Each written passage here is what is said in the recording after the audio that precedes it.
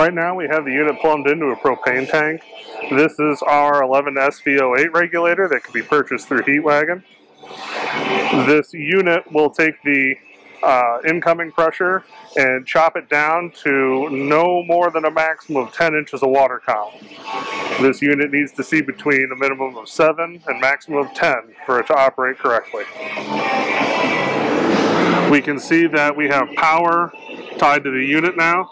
We can see that our green light is on, and our digital temperature reading is telling us that it's 73 degrees, and that is the output air temp sensor that is giving us that measurement.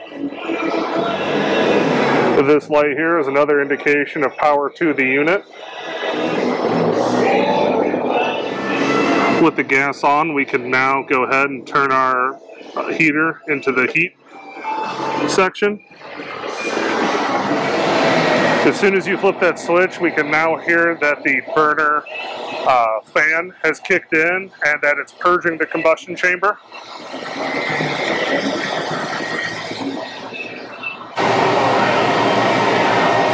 That status light is letting us know that the burner is functioning accordingly. This light here is indicating that our burner is indeed on and running. Currently, the burner is firing. We are seeing a slight rise in temperature. The main blower has not kicked on. The unit needs to get to a temperature of 100 degrees, and then the unit will start to fire. This unit will preheat itself to 95 degrees before the blower will engage. Right now the blower is running and we are getting an output temp of 104.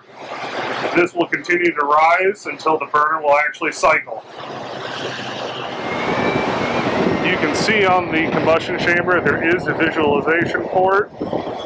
You can verify a flame, you can verify color, and you can inspect to ensure a proper burn. Once you have turned the heater off, the temperature will continue to fall as the blower will continue to run. The blower will continue to run until the temperature reaches below 95 degrees, and then the unit can be disconnected.